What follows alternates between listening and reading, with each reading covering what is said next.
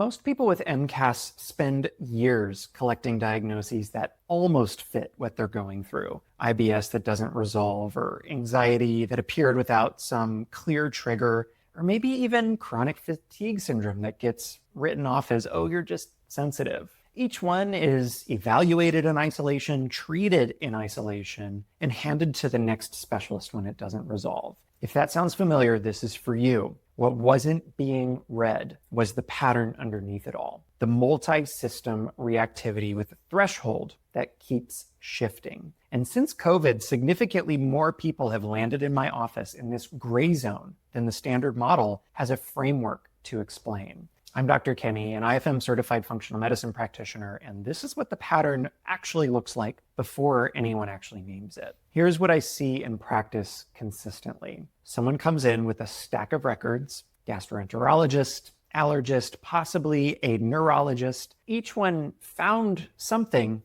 a little bit, or it didn't, but each one was also reading a piece of the chart and not the full picture of the person in front of them. And many times the person sitting across from me in their first visit has been doing this for years. They are basically specialists in and of themselves, sometimes decades. They've had elimination diets explained to them. They've tried antihistamines regularly, and they've had conversations about anxiety or mental health, and nothing has fully landed. That pattern, multiple providers, multiple partial diagnoses, and a person who still doesn't feel well despite taking a plethora of things, is not a sign of difficult medicine. From a systems perspective, it's a recognition problem at its core, where the thinking stops at the symptom or the organ level even, when the pattern was operating at a systems-based level. Here's the nuance that changes how we understand MCAS.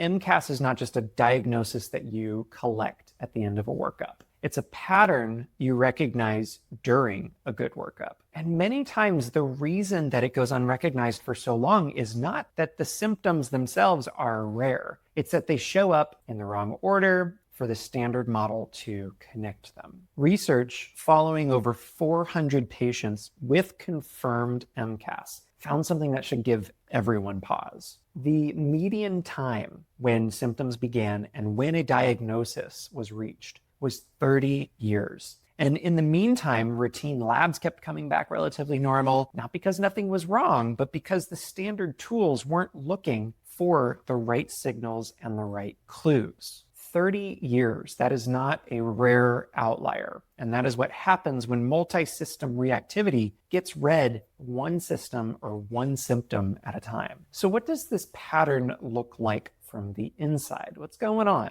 The person with MCAS is typically not reacting to just one thing, and that's actually the first thing that gets missed. There's really no one thing or panacea for all people with MCAS. They're reacting to many things: foods, smells, stress, medications, temperature changes, physical exertion, and those reactions do not just follow this clear allergy script. There may not even be a single food that always causes a problem, or no single trigger that reliably predicts a flare. And in our reductionist conventional model, that becomes very difficult to track. What's actually happening broadly is a threshold problem across your systems. Picture a bucket. Multiple slow drips are flowing into it at the exact same time. Each of those drips represents something like gut inflammation or hidden infections, stress load and burden from any area of life, whether you perceive it or not. An environmental exposure here, a nutrient deficiency there, a bad night of sleep. No single drop really matters or fills the bucket. But when you have that combined load from steady drips over time, that's what eventually crosses the overflow line. The system tips and resilience is lost. From the outside, that tip often looks random, but I consider it the straw that breaks the camel's back in many cases. The person that says, I don't understand what triggered it. And they're not wrong. It probably wasn't one thing. It was an accumulation, a lifetime of experiences, and your biochemical uniqueness. Mast cells are the immune cells that patrol your body's interfaces, the skin, the gut, the airways, and they sit at the center of this histamine response. When they fire, they release chemical messengers that affect multiple systems throughout your body simultaneously. And that's why symptoms look like they can come from so many different places, because the mechanism is multi-system. But here's what also doesn't get explained in most conversations about this. That threshold is not fixed. It shifts. And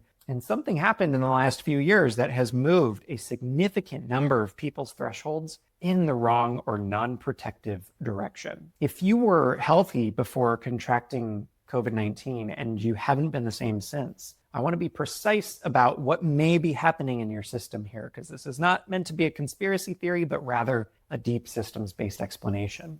And this is not just increased awareness driving more diagnoses. What the evidence suggests is that COVID-19 did something specific to mast cell sensitivity in some people. Not everyone, but a meaningful subset. This is a concept I call the resilience thermostat. And think of one that's been reset at a lower temperature. Before the viral event, the system had a certain threshold. Inputs it processed without triggering a full immune response. After the infection, and it doesn't just have to be COVID-19, that set point appears to have shifted. The same inputs that were previously tolerated by the system are now sufficient to cross the line and activate the immune system. Research comparing long COVID patients to confirmed MCAS patients found that their symptom profiles were virtually indistinguishable. And the long COVID group had not shown these patterns before the infection, which is huge. That's not just overlap, that's the signature of a system that got recalibrated by a viral event. And this is observational data. I want to point that out. I want to be honest about the evidence tier here, because that matters for how we're holding this finding, a pattern, a clue. This is something that I do see consistently in practice, though. And that pattern across multiple studies is consistent enough that it's changed how I read post-COVID cases and MCAS commonly. When someone says, I was fine before, but now I'm not, and the standard workups don't explain it, this immune calibration question belongs in the investigation. And by the way, if you're one who likes to dig into the research yourself that I'm referencing here, I've put together a free research summary that's in the pinned comment and the description below. Check it out. I give my 2 cents as well as the citations. Also, early research that looks specifically into what distinguishes people who stayed sick from COVID versus those who recovered found something that's worth noting as well in this regard. Markers of mast cell activity, proteins that mast cells release when they're active,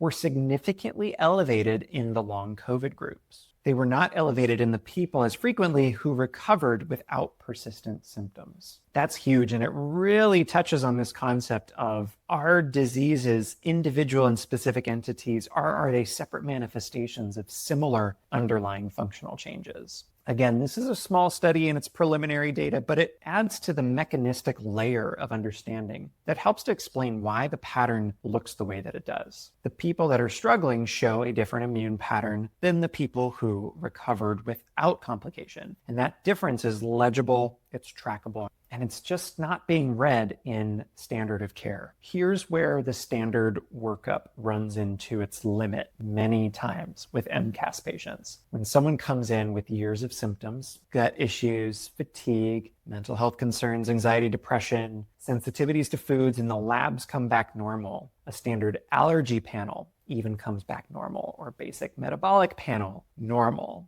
Thyroid, normal, the list goes on. The specialist looks at those results and says, everything looks fine. Or at the worst I've heard, it's in your head, or maybe you just need to sleep more. The problem itself is not the test. The problem is what the test is measuring and when. Standard IgE allergy testing. IgE is the antibody that drives classic allergic reactions. Think a bee sting or shellfish or peanut allergy. Those look for one mechanism of reactivity. MCAS can operate through entirely different pathways than standard allergy testing. So the IgE test comes back negative, and the person is told that they don't have allergies. So it must be something else or go rest up. This is accurate, but it doesn't address what's actually happening in that person. And standard labs don't capture mast cell chemical release during a baseline non-reactive state. They are often a snapshot, and a relatively short snapshot in time, and the system looks calm in that snapshot because it's not flaring in the moment of the blood draw. This is the interpretation gap that many of the people who come to see me slip through the cracks in conventional workups. And it's understandable to a degree. The labs are asking fundamentally different questions than these systems-based and deeply functional questions. I'm curious, have you ever experienced that moment when maybe you pushed back when a doctor told you everything looked normal? What did that conversation sound like or feel like for you? Not to vent, but genuinely, I want to know what the response was, because it tells me a bit more about what kind of thinking the person was doing. Drop it in the comments below and I'll reply. What a deeper investigation around MCAS does is not just ask what your numbers are showing, but what is the timing, the pattern, and the load context around these numbers in your functional systems. For example, just a normal tryptase enzyme at baseline. Tryptase is an enzyme that mast cells release when they fire. This doesn't tell you whether the tryptase spiked during the patient's last flare or not. The investigation has to follow the pattern and the experience, not just the panel and the numbers alone. So what does it take to start getting a hold on this and tracking this pattern correctly? It requires tracking multiple systems reactivity across time, not across organs, not individual symptoms necessarily. It requires asking what shifted and what is abnormal right now that's also allowing this to sustain. Oftentimes we're looking at things like stress chemistry and deep hormone chemistry, and it requires looking at that load, because that cumulative load of stress on the system, simply having more histamine in the system to begin with, rather than searching for a single triggering cause. That's where we start to leverage deep root cause functional medicine. And here's a clinical observation that I want to leave you with, no matter where on the spectrum you fall here, is that the person who has been told repeatedly that their labs are normal is not someone who has necessarily been cleared of all health-related pain in their lives. They are someone whose pattern has likely not been deeply read yet. That's a different frame altogether. And it changes the next question that many of my patients experience, which is, am I just making this up? To what investigation could actually catch this and start making a difference in your systems? If you're somewhere in that process and this resonates with you, and you're in one of the states that I practice, the link below describes how to apply for a health mystery map call with me. The first step is just a conversation about your case, not a protocol, nothing copy and paste, but to see if this aligns with you. The next question that comes up for many people is why the threshold gets pushed in the first place when it comes to histamine intolerance and MCAS. We covered the bucket. We covered the recalibration after COVID-19 as well. But what fills the bucket to begin with? The gut, the hormone drivers, the environment, even the mitochondrial piece. That's a different level of investigation. That's what this next video on the root causes of MCAS video covers. So check it out. I'm Dr. Kenny, Root Cause Health Detective. Thank you for watching, and I'll see you in the next one.